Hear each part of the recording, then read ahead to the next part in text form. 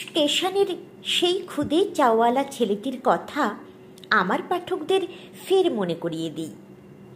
প্রতিদিনের মতো আজও তাড়াহুড়ো করে 8:15 বারাসাত লোকাল ধরলাম অফিস যাব বলে। কি ভাবছেন, অফিস? হ্যাঁ, লেখক হলেও আমি একজন পাবলিক সার্ভেন্ট। শিয়ালদহতে নেমে চারিদিকে একবার তাকালাম। না, আজও নেই সে।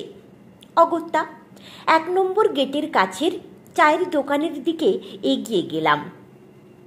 আরে ওই দেখ, লোক ঠকানোর নিউ স্টাইল, থান কাপড় পরে ভিক্ষা করতে উঠে গেছে। লোকের সেন্টিমেন্টে ঘা মেরে থান কাপড় পরে চা বিক্রি করছে। কথাটা কানে যেতেই দাঁড়ালাম। না রে, বাচ্চাটার মুখটা কিন্তু ইনোসেন্ট। দ্বিতীয় বন্ধুর কথা কানে আসতেই ওরা যাকে নির্দেশ করে কথাগুলো বলছিল সেদিকে তাকিয়েই চমকে উঠলাম। বিট্টু, কি হয়েছে ওর? তাহলে কি ওর মা মারা গেছে? পাশে সিমেন্টের বেঞ্চে চায়ের কেটলি রেখে সে দাঁড়িয়েছিল। এগিয়ে গেলাম তার দিকে। এই বিট্টু, ডাক শুনে সে ফ্যালফেল করে তাকিয়ে রইল আমার দিকে। কিছুক্ষণের মধ্যেই 2 চোখে তার শ্রাবণ নেমে এলো। মা নেই। তার মাথায় হাত রাখতেই সে ফুঁপিয়ে কেঁদে উঠে আমার কোমর জড়িয়ে ধরল। কি বলে সান্ত্বনা দেব তাকে? কাঁদুক, মনটা হালকা হোক। হয়তো মনের মানুষ কাউকে পায়নি বলে বেচারা মা হারানোর কান্নাটাও কাঁদতে পারেনি। পরে অবশ্য চোখ মুছতে মুছতে সে নিজেই সোজা হয়ে দাঁড়ালো। 4 দিন হয়ে গেল। গলা ধরে আসে তার। বললাম, কাঁদিস নে বিট্টু, বোনের মুখের দিকে তাকিয়ে শক্ত হতে হবে যে। সেজন্যই তো আজ চা নিয়ে বেরিয়ে পড়লাম। ওষুধ কিনতে হবে যে। কদিন ধরে বোনটারও জ্বর। ভেবেছিলাম হাসপাতালে নিয়ে যাব। বোন কেঁদে বলল, দাদা হাসপাতালে ভয় করে। আসলে মা হাসপাতালে মারা গেছে তো। ফের চোখের জল মুছে বিট্টু। মনে মনে ভাবি, এতটুকু বয়সে এত মমত্ববোধ আসে কোথা থেকে? এত দায়ভারী বা নেওয়ার শক্তি পাস কি করে বিট্টু? তার মুখেই শুনেছিলাম ছোটবেলায় বাবা মারা যাওয়ার পর মা যখন রোগে পড়ল, স্কুল ব্যাগ গুছিয়ে রেখে সে রোজগার করতে নেমে পড়ে। কখনো চায়ের দোকানে কাপ প্লেট কেটলি ধুয়ে, কিংবা শুধুমাত্র খাবার বিনিময়ে হোটেলের থালা বাসন মেজে সংসার চালাতো কোনো রকমে।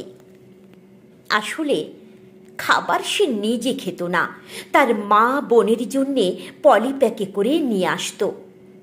কতদিন তার কেবল জল খেয়েই পেট ভরাতে হয়েছে। বিট্টু ফের বলল, কিন্তু অসুচ কাটেনি বলে মনে হয় কেউ আমার হাতে চা খাচ্ছে না কাকু। তাই তোমরা যারা রোজ চা খাও তাদের খুঁজছি। আমি বললাম, চা বিক্রি করতে হবে না।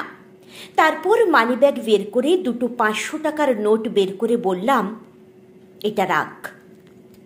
বিট্টু কেমন যেন অসহায় চোখে আমার দিকে তাকিয়ে বলে, তোমরাও আমার চা খাবে না কাকু?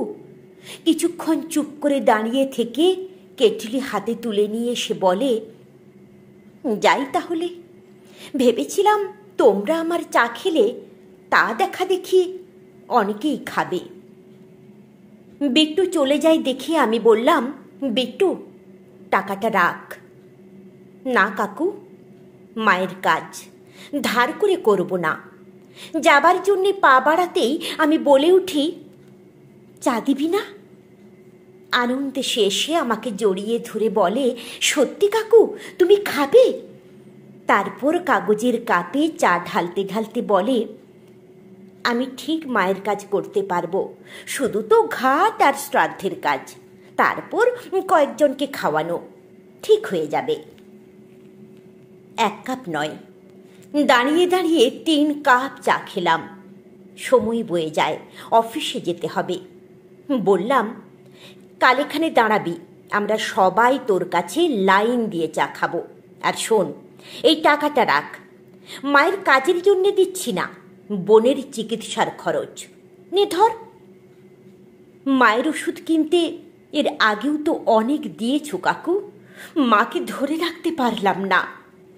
অনেক দেনা হয়ে গেল, শোধ দিতে পারবো না যে, তার থেকে যা হয় হোক বোনটার। মায়ের মতো সেও যদি ফাঁকি দেয়, কি করে ঠেকাবো কাকু? বছর 13 ছেলেটার কথা শুনে রাশি রাশি কান্না আসছে কোথা থেকে, দু চোখ ঝাপসা হয়ে আসছে যেন। বিট্টু দেখলে কি ভাববে? যথাসম্ভব চোখের জল গোপন করে বলি, মার খাবি বিট্টু, রাখ এটা, আর কাল কিন্তু এখানেই থাকবি। বলেই টাকাটা তার হাতে জোর করে গুঁজে দিয়ে এক প্রকার ছুটে পালিয়ে এলাম ওর সামনে থেকে। অফিস থেকে বাড়ি ফিরে কেবলই ভেবে চলেছি, সত্যি এরকম কত বিট্টু আছে এই পৃথিবীতে, যারা নিজেদের সবটুকু বিসর্জন দিয়েছে কিছু পাবার আগেই।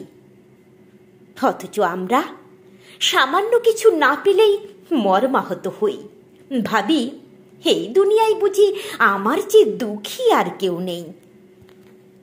কিন্তু বিট্টুরা তাদের সব দায়িত্ব পালন করে চলেছে নীরবে, কোনো অভিযোগ না করেই। জানি না আপনারা মননশীল পাঠক আমার সাথে একমত হবেন কিনা।